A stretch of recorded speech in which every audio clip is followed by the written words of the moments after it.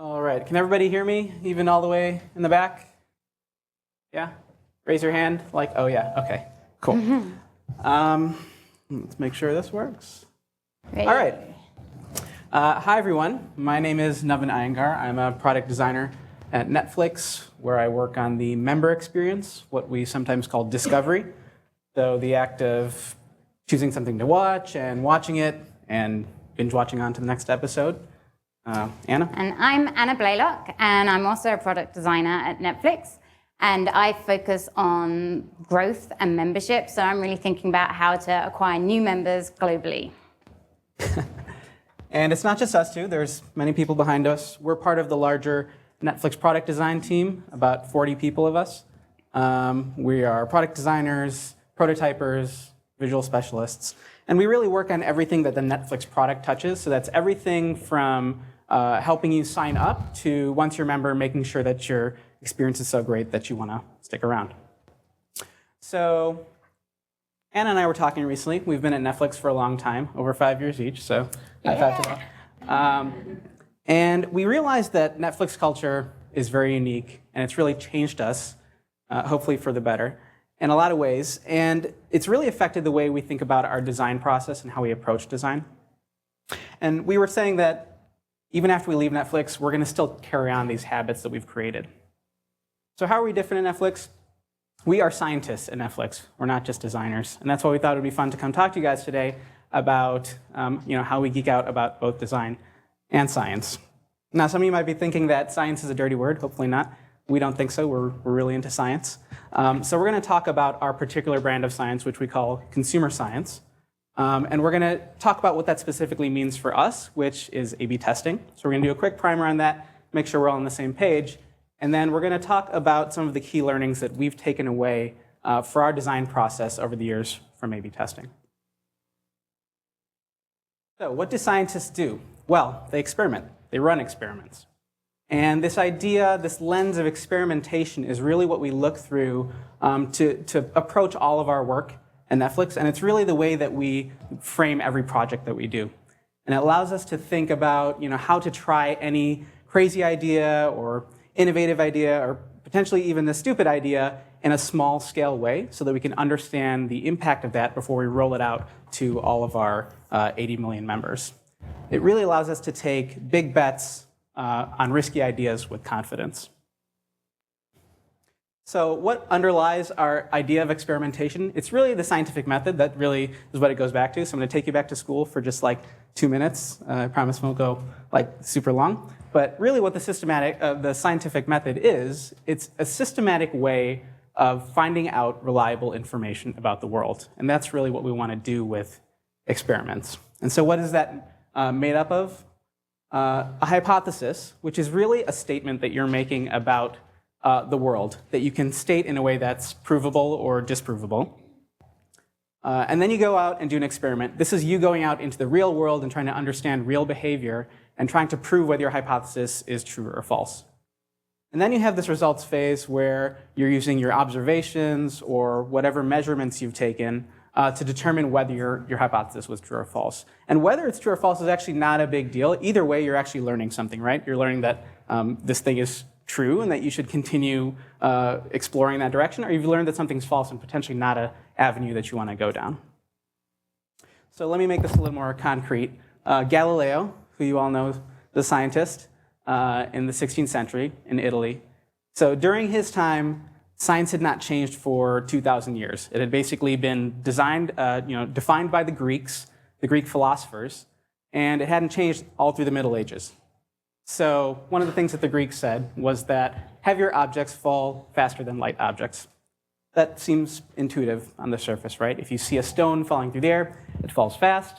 If you see a feather falling through the air, it kind of floats down slowly, right?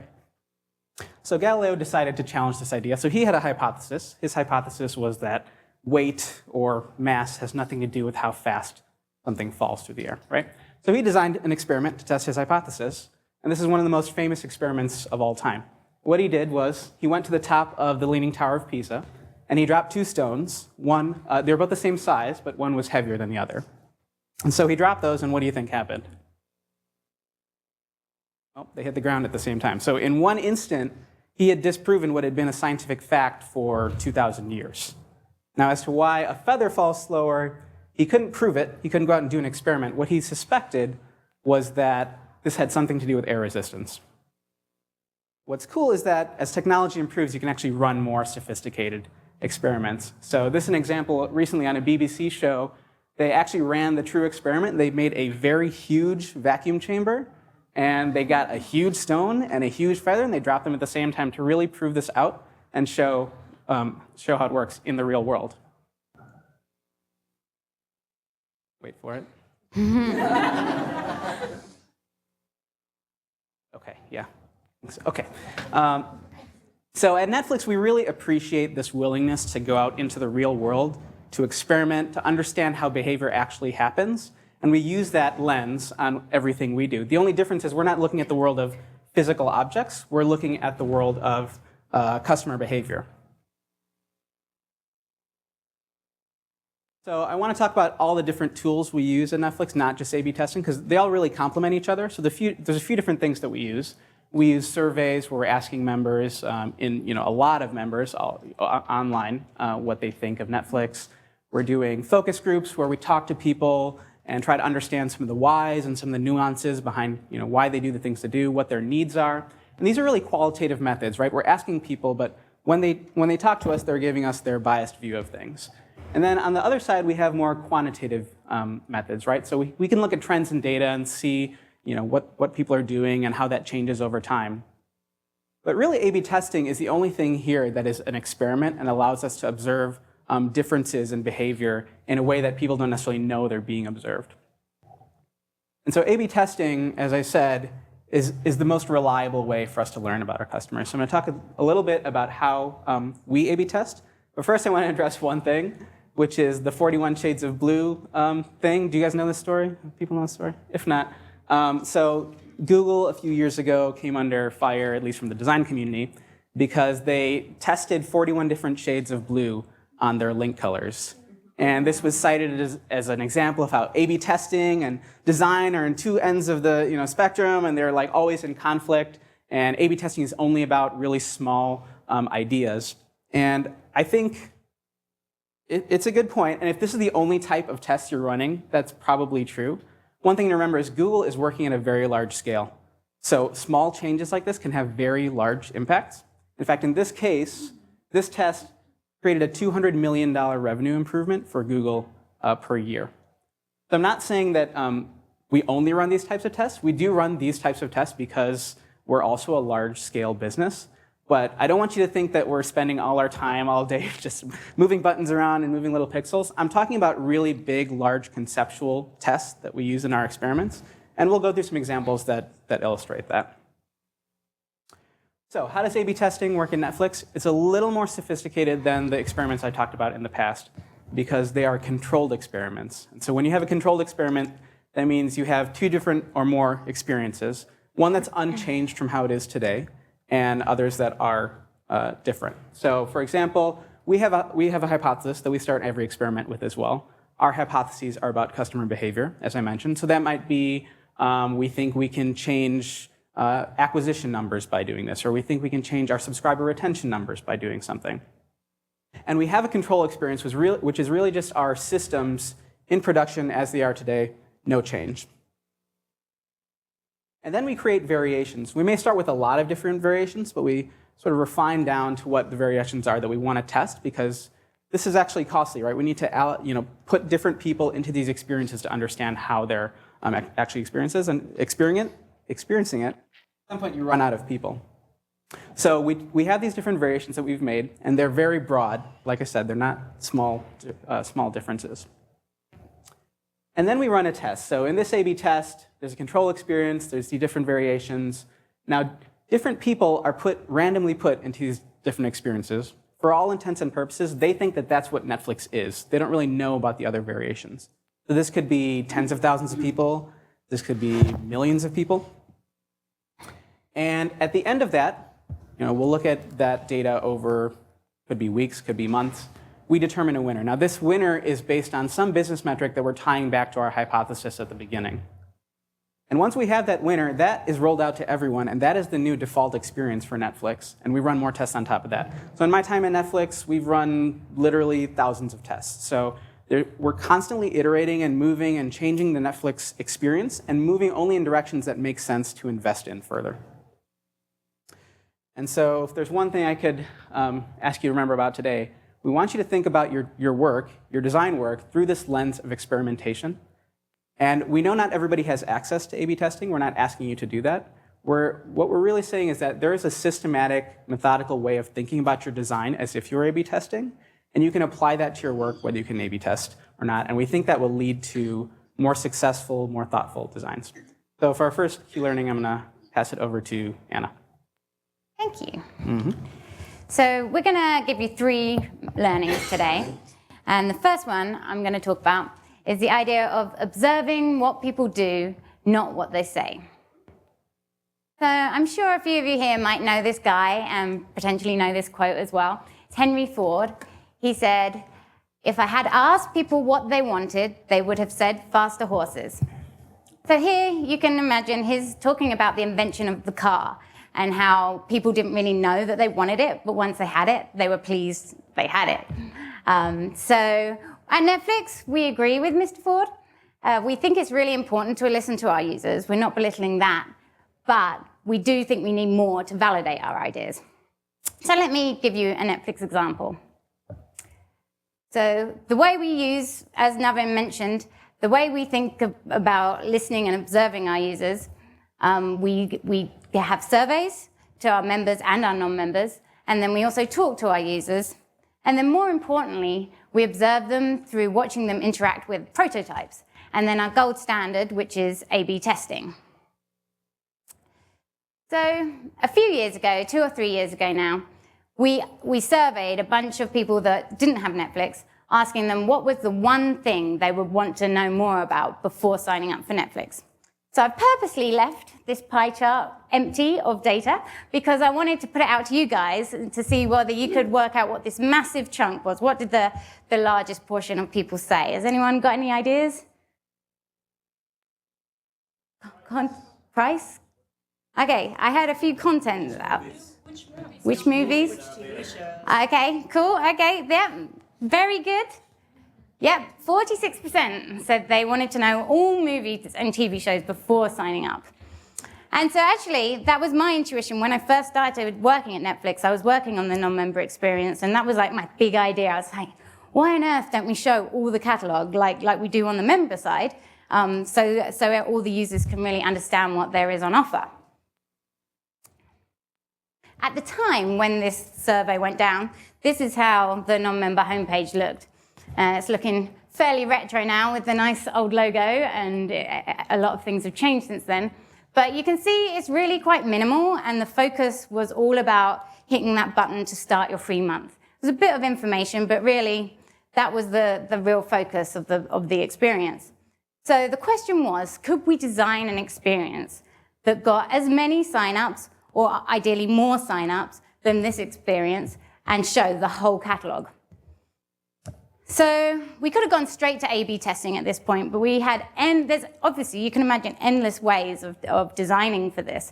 And so we obviously did tons of brainstorming, did a ton of ideas, designs, and then we prototyped some of them out and decided we'd get a clearer idea of what we wanted to A/B test through observing, and took them to user research. So just to show you one of the example experiences we took, and here's a control experience for your reference.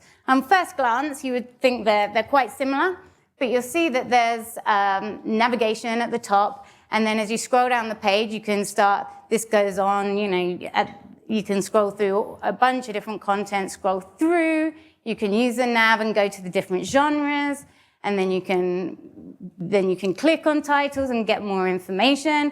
All the while, remember, you can't play at this point. You have to do the free trial to play, but you can browse to your heart's content. And so when we took this to research, what we were hearing from the users was that, yes, this is exactly what I need before I sign up. But what we were seeing through observing is that they were getting pretty bogged down in scrolling through all these titles, trying to go through everything, and then sometimes even looking for a very specific title. And if we didn't have it, then we were obviously a little disappointed by that. And so we started wondering, is this the right experience for us? But we were really passionate about this idea. And so we believed that maybe, we didn't really know that it was necessarily a slam dunk, but we wanted to go from believing to knowing. And that's where A/B testing comes in. So we did a series of different A/B tests, 5. And every time it would lose against our control experience. So why did we do it 5 times first? So the first time we tested it, as I say, there were tons of different ways to execute this. And we thought, well, maybe it's the right idea, but the wrong execution. So we'd do another test that was very different, but still that same kind of idea around showing the full catalog. And again, it wouldn't beat the control. And we'd be like, well, there's still a ton of other ways. So we kept doing this and so on. But now we really realize that the user might think they need to see all the content to decide if Netflix is right for them. But really, they need the experience of Netflix through the free trial. You know, the magic of starting watching on your TV and then finishing watching on your phone later and seeing how quickly it plays and, you know, how little it buffers, all that stuff. You know, they really need to experience that through the free trial to see if it's right for them. So it doesn't end there, though. We did want to fulfill the user's need to understand the catalog better. And so we continued to look into it. Of course, we're also a business, so you know we need to make it work for us. So this is the non-member homepage as it stands today. And so we've continued experimenting, and now we're able to represent a subset of the catalog, so the user still gets that understanding of the breadth of content without getting bogged down in all this navigation. This isn't interactive. These titles, you can't click on them. And then even right now, if you go to the non-member homepage today, we're running tests like this that are trying to push the boundaries on how we represent content in the non-member homepage.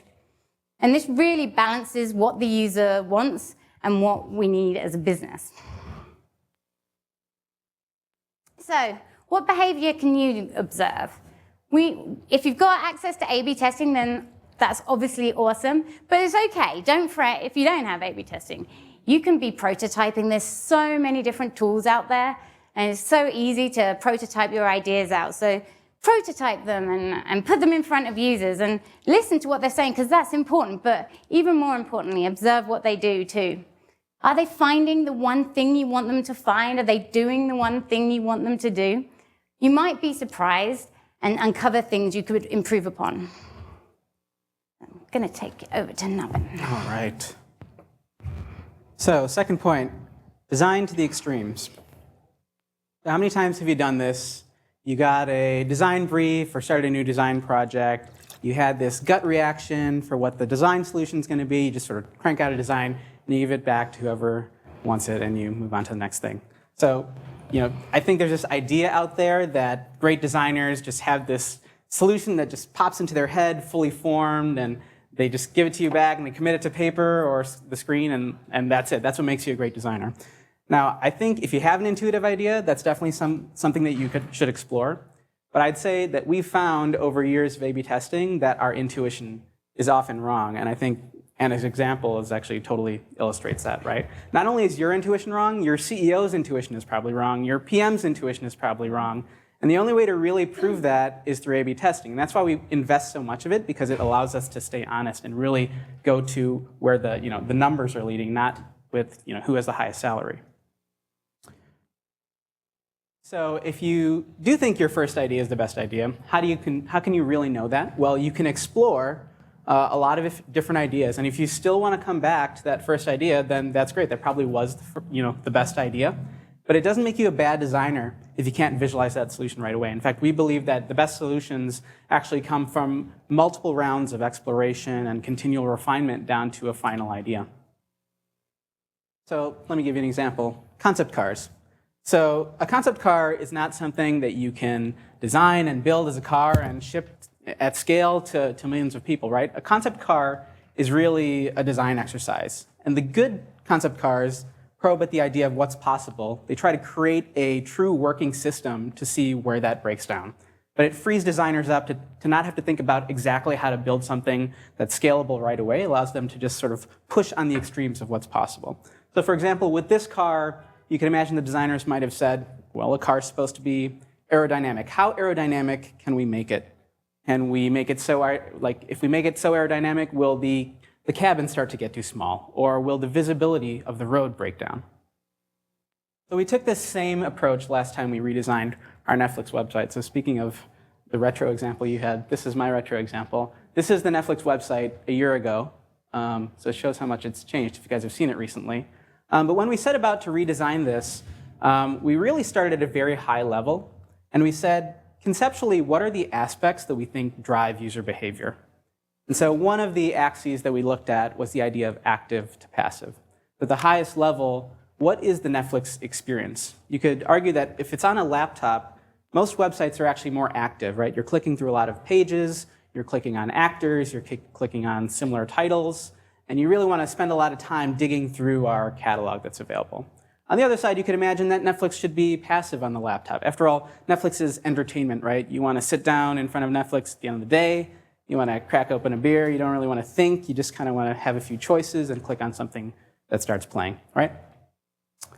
Another axis we looked at was the idea of uniform to differentiated. So what I mean by this is all the titles that you see on your screen, are those all presented on an even playing field, so you're just looking at the artwork to decide? Or are we promoting certain titles, are we making certain titles more prominent, making them seem more important to focus the user? And so we took those axes and we created designs that really pushed those ideas forward as well. So sorry, this is going by a little fast, but this is something I took directly out of our research sessions, which was a Keynote movie that we created. So this is a non-interactive prototype, and allowed us to show different people examples of what we could do if we pushed to the boundary of these axes. So in this example, you can see there's some differentiated sizing. There's not a lot of information up front, so we're going for a more passive experience. We're not showing as clearly not as many titles as our current experience. Now here's something that was on the opposite end of the spectrum, which is you can see uniform title sizing. But when you clicked on a title, you got much larger canvas. You got a lot more information about this title. You could click on similar titles from here. You got larger actor photos and directors and creators and genres, all these things that will really allow you to get sort of lost in our catalog and dig around. So if I could plot those concepts I just showed you back on our spectrum here, we were really trying to push to the different ends of the spectrum here. And there were other ideas, too, that I don't have time to show you. But we're really trying to understand what is the boundary of what's possible. Now, I will say that none of these ideas were actually the thing that we wanted to move forward with. But by exploring these, we revealed some of the kernels of truth that we're able to apply back to what we thought was the final best design. And so I'd say what we actually launched was probably around here. So this was not necessarily the first intuitive idea we had, but by understanding what the range possibilities were, we were able to come back to this. So think about what your extremes are. Next time you're working on a design project, even just thinking about what your axes are and trying to understand which directions you could go, your instinct might be to just start here.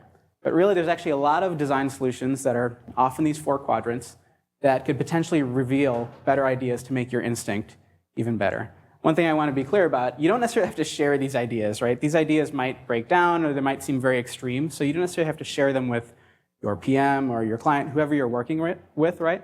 These are really back pocket ideas for you unless you want to share them. And when someone's asking you about your design and asking you if you pushed in a certain direction, you can say, well, I thought of that, but it doesn't work, and here's why. And so in that sense, you'll lead to a much more thoughtful design discussion.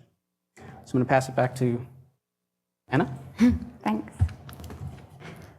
Okay, so the third point we're going to talk to you about is the idea of your metrics being your compass. So what do I mean by that? Okay, I'm going to go a bit random now and start talking about shoes. Stiletto. I'm going to start with a stiletto. So what's the success metric for designing a stiletto? So here, you're designing for style. So it's all about getting that really tall heel so it elongates your legs, makes them look nice and slim, a bit sexy, etc. That's the stiletto. So when you're designing for another shoe, the running shoe, The success metric is very different. Here you're really designing for comfort. So it's all about supporting your arches of your feet and being a nice soft landing when you're doing high impact running. And you know, like my running shoes I just bought, it's all about stability, so you land equally. You know, there's all sorts of things that you can do with running shoes. But anyway, the main point is they're both shoes, but you design them very different ways depending on the success metric. So at Netflix, we always have success metrics in mind when we're designing. We think that the design changes radically depending on the success metric. So if you don't think about success metrics, you could potentially lead to some pretty unusable designs. So here, no one's really going to buy a shoe for running in that has this massive heel, super uncomfortable. Glitter. Well, I might get a running shoe made of glitter, but you know, other than that, this does not look like it's ideal for running in. So, okay, back to Netflix, away from the shoes. The shoes are finished. So imagine your friend sends you a link to House of Cards on Netflix. So if you're a member and you clicked on that link, you'd see a page like this. So what are the success metrics for members at Netflix? So we think about streaming hours. So the more people stream, we think the more likely they're going to stay with the service longer because they're basically satisfied if they're streaming it long. So bearing that in mind, we have designed this page with that thinking about people playing the content. So the play button is really nice and prominent on this page, and then you can play episodes and trailers, and then if you scroll down, there's all this other wonderful content to play. The focus here is definitely about enticing the user to play. So take that same link your friend sent you and pretend you're a non-member, so you haven't joined Netflix. The page looks very different. So the success metrics for non-member are all about free trial starts and then converting them to becoming paid members. So bearing that in mind, the most prominent piece of this design is the 3-month button. It's far more minimal than the other experience I showed you. It's super focused. We still have a nice rich visual showing the quality of House of Cards, but the main thing that we want the user to do is start their free month to experience the service. So we'll continue testing ideas on both these experiences, but we think no matter what, they're always likely to be quite different because of the different success metrics. So what can you do? I think what you can do is have a good think, like Crazy Eyes, and think about what your metrics are. At the beginning of a design project, think about what your success metrics would be. And then during the process, keep thinking, am I staying true to those success metrics? Think of them as your guiding light for how you design. And you may or may not be able to see data on your designs to see whether you were successful, but we think it will help you create more focused, usable designs. So, to take us home, thinking about your work as an experiment and framing it in this more systematic, experimental approach, we think can really lead to successful designs. And that's what we've done at Netflix through the years, learning through having to do plenty of A/B tests. And really what it comes down to is observing what people do, not what they say, to get at the truth of their behavior, designing to the extremes to really explore the full spectrum of design solutions, and using metrics as your compass to really make sure that your design is doing the job that it was meant to do. So that's it. Thank you. I do want to say this talk is also an experiment, so we haven't really done this before. We're learning what topics are best to talk about publicly. So please, come up and talk to us afterwards, or you can reach us at animexpana and at Nuven_. Definitely love to hear you. Love to hear about what topics are of interest when talking about Netflix. And with that, I think we can break for questions if we have time. Yep, raise your hand and I'll bring you the mic. Bring your beer. Drink your beer. Sure.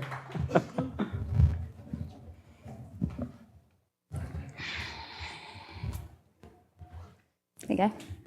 Thank you. Hi. Hi there. My name's Eric. I'm a product designer at Mattel, working on smart baby toys. And I had a question to ask you. So I loved your presentation. It was really insightful, just kind of your process and all that stuff. What kind of tools can we use as designers? One of the challenges is that, as you know, with roadmap and you're really crunched on time, and like you have maybe 2 days to maybe 2 to 3 weeks. So it really depends on like what the bandwidth is and resources, because as you know, everything is really expensive these days. What tools can we use to really encompass these techniques? Sure. Thanks. I don't think I need to repeat the question, right? Everyone heard it? Don't know. The question was, Peace is fine. what tools should we be using to work under crazy tight deadlines, potentially? I guess the one I'll talk about is Keynote, which this presentation is built in. I use Keynote quite a bit in my design work. I've moved on to Sketch for a lot of it, but Keynote, I feel like, has 3 major benefits to it that I haven't really found any other tool fit together for me as well, which is that Keynote allows you to get up and running really quickly because it's sort of a raster and pixel program, so you can iterate pretty quickly. And then the animations are built in, so you sort of get those for free, and you can get something up and running that looks sort of like a facsimile of an actual site quite quickly, like you saw in some of the videos that we showed here. And then the third thing is that Keynote is inherently structured as a deck, right? So it's telling a story, and you have this flow. And so because of that, you can really communicate your designs to stakeholders or respondents in a qualitative session really quickly because you're just kind of tapping them through. So for me, that's what's worked the best. I would add that I'm a big fan of Sketch, and that's, for me, that's like so quick to iterate on. And then now there's the craft integration, and the prototype tool is in beta right now, and that's really simple to use, and it means that you can create prototypes in no time. Then Flinto is another one that's like super easy to use, and it just really brings those ideas to life. Hi, I'm Jeffrey. I work at Microsoft, and I do analytics and UX work, so this is really interesting for me, so thanks for sharing. Mm-hmm. So I had a question on that first experiment that you talked about with the sign-up page. I was wondering, what are the metrics that you guys had, if you could share, between or behind determining if it was a fail or pass against the control? Like what made it pass? So are you asking what were the success metrics? Yeah, what was the success metrics behind the experiments to show that the old one won 5 times more than the first experiment? Okay, so yeah, we really focused on free trial starts, so on the control experience, however many percentage people got through versus how many people got through in the different test cells. But then we also do break that down and look at every step of the way to see where it changes, and sometimes that differs by cell as well. And then we're looking at how many people convert to being paying members after the free trial. There are key metrics. Hi there, I'm Xenia, and I am an independent product consultant. I work a lot on idea to market projects. And there's usually a design, and then it needs to be taken somewhere. So what are some of the things that you guys would advise a design team should do, and where should we start, if it's your expertise, of course, because I know that your product is in a much, much later stage. When you say taken somewhere, what do you mean? So there's an initial design, and obviously you want to iterate and make it better so that, there's A/B testing, So where do you start A/B testing? Like, how do you know what to A/B test first, basically? If you have any advice on that, thanks. Sure. Well, I think it starts a little higher up, which is sort of what are your general business goals, and what are you trying to accomplish, and how are you going to state what your problem is? Going back to what we said about hypothesis and business metrics, really having those at a top level allows you to frame and constrain what you're working on, right? And then I'd say from there, a lot of times we may run a very quick and dirty A/B test, or we may run a very large A/B test, and it really depends on what we think the prize is and how much we want to invest in an idea.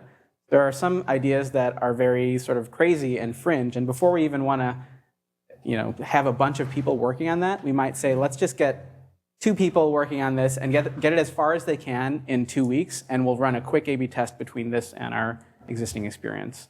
Or sometimes it's a much larger, bet that we want to make. Then we will spend a lot of time and a lot of man hours on that. But I guess what I'd say is it sort of depends on the size of the bet that you want to make and what the priority level is of that. I don't know if that answers your question, though. Does that make sense? Anna, do you want to add anything? The other thing I'd add is that at Netflix anyway is that early on in the process, we're really showing it to a lot of people, whether it be internal, and we also have user sessions that are called tiny qual, so tiny qualitative research, and that's when we get a really quick understanding early on where it's very, very brief, but just to get a little understanding on an early idea of a project. So I think stressing the showing it to people and really getting an understanding from them if it's working and what's not working, if they get it, I think that's important.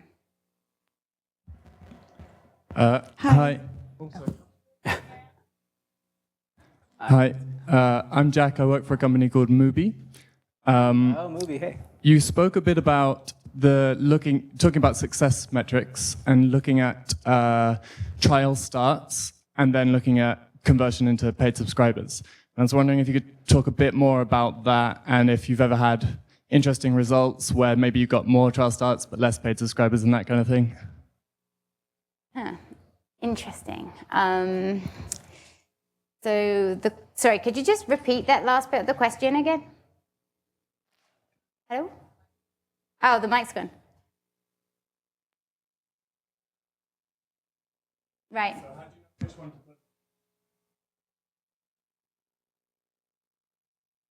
Yeah, no, I think there's some really fascinating debates when we get these results. When you see, the charts that you get and the dashboards that you see when you get these results, like sometimes we have as many as 12 cells for a test, right? So as I say, you've got this breakdown of all these different pages and how the funnel has been performing, and they really vary cell to cell. And like you say, it's a very interesting trade-off between, say, you get less free trial starts but more paid conversions, and does that net out to be the same as the control or better than the control? So, it's really that we have a lot of big debates around a result. It's not always as straightforward and simplistic as what kind of I'm telling the story here. And it's to be honest, and every individual test really has a debate when you look at the results. It's not often that it's just this very straightforward story. But that's part of the fun with looking at the results is working out, like, is this better for the business and why, and what those trade-offs are. Hello. Thank you both for speaking. I'm Pauline from Walmart e-commerce. I really like the grid that you have for testing for extremes. And I'd be interested to know, because in reality, there's always developer constraints when you test for extremes. Do you struggle with getting the buy-in for that? And do you practice let's test something scrappy just to learn something? Is there a balance? And yeah, it'd be great if you can talk about that. Yeah, I think there's a balance, and it like I was alluding to before, it depends on per project how much we're willing to allocate to a specific project. But it might be that instead of doing all 4 quadrants, you say, what is the specific direction that we want to bet on? Maybe we'll just do 2 different ones. So I guess one thing I want to stress is that there's a lot of art and science and judgment that goes into that aspect. So you're not just going by the numbers and trying to fill in your 4 quadrants. It's really, at a higher strategic level, you're trying to decide where you want to prioritize what you can A/B test. And that actually is what we spend most of our time thinking about and talking about and figuring out how to prioritize. Anything you want to add to that? Hey guys, my name is Bruno. I'm a designer. I heard some anecdote about Netflix creating House of Cards by leveraging user data, basically understanding when users were more likely to enjoy plot twists and favorable actors and so forth. I didn't know if that was true. So first question, is that true? And second of all, I'd love to know kind of the process behind that, because ultimately you're trying to get people more engaged and you're leveraging House of Cards quite significantly. So. Yeah, so what I'd say, it is true, partially true. I think it's gotten potentially blown a little out of proportion because when people hear that story, they think that we are using data to the level that we, told David Fincher in episode 1 to put this scene here and put this scene there because people like to, they like to see people walking through Capitol Hill or whatever. And it's really not that level of specificity. And part of our culture and the way we approach content is that we pick creators and then we trust them fully and wholly to execute on what their vision is, and we're not really trying to get in the middle of that. Now, how we did use data was we used it to understand the size of the opportunity of House of Cards. So for example, we knew on our service that lots of people like Kevin Spacey and they watch a lot of his movies. We knew on our service that lots of people like David Fincher. We knew that lots of people like political thrillers like, what's that one with Ryan Gosling and George Clooney in it? That's a good example. Sorry? Yeah. Oh. Okay. Hey, that's beside the point. No, let's switch to that. Okay. So anyways, that's a great example because that was written by the guy who created House of Cards too, so that's where I was trying to get to. So for example, that's what we use, and that's how we even generally approach all of our original content to understand, is there a market for this piece of content? Hi, I'm Daniel, and I'm on the customer experience team at One Kings Lane. Can you just expand a little bit more about A/B testing using prototypes, specifically when you kind of need to put things physically in front of users? How many users did you feel was like a good amount to actually get a read on A/B tests? So when you're doing user research, you're really thinking a lot more about the whys, really the amount of people that you put in front of. These A/B tests that we're talking about here, they're like thousands, like even millions per cell for some of these tests. Like so many people are seeing them. So we can be really sure about which experience is performing the best and which is right and which is wrong. Whereas the user research, the prototyping really does help understand more about where the issues are and where the opportunities are. But you really can't kind of guess from however many people that is as to whether, this is going to win in an A/B test. It's often the case even that when we do the user research, it's more about shaping the idea rather than saying, this idea is out, this idea is in. It's more just really shaping what works and what doesn't and the whys behind that. Yeah, going back to observing versus listening, I think there's plenty of times that we've been in usability sessions and asked someone to perform a specific task within the Netflix product, and they will do it, and then at the end we'll ask them, was that easy? And they'd be like, yeah, that was easy. But if you had actually watched what they did, and we have it all on video, that person actually spent a lot of time hunting around, and they clicked on the wrong thing by mistake, and it took them a long time to get there. And so those are the types of things that usability research can reveal, but that's still just a sample of one. So the more you can do, the better. There's no special answer where it's if it's over 40 people, you can be confident. Even A/B testing, at the end of the day, we're only 95% confident. We're actually not 100% confident because of the way the probability works and the way we analyze our data. And so it's really just a spectrum of what's the answer and how confident are you, and A/B testing allows us to be as confident as possible. Yeah. And just to answer your question about the actual number, the user research, it really varies how many people we do it depending on the project, but it will just be a handful, and handful isn't very specific. But, it could be as few as 10, 20, and then sometimes we might do one that's online that we can send out to more people to get a more volume reaction to, but... Hey, I'm June Loiz. I'm a product manager at Torre. And you mentioned in your presentation that since you've joined, you've done thousands of A/B tests. So I'm assuming that means you've done many concurrent A/B tests. So I was wondering, how do you make sure that one A/B test doesn't influence another one so that you can have accurate results on choosing a winner? Very carefully.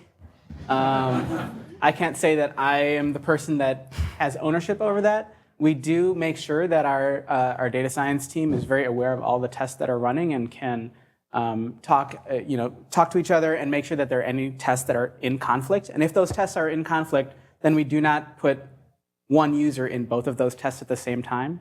But generally, there are so many different parts of our product that we can think of them as more modular pieces. And so it might be that we run a test that's only on the phone, and we run a test that's only on our TV platform. And so we can run those concurrently because they're not necessarily bleeding into each other. And even within the non-member experience, there might be one test on the non-member homepage and then another in one part of the sign-up flow. We're very thoughtful about making sure they don't influence each other. So it depends on the type of test too. If we think they've got a knock-on effect for each other, then we won't run them at the same time and definitely won't allocate them to the same person.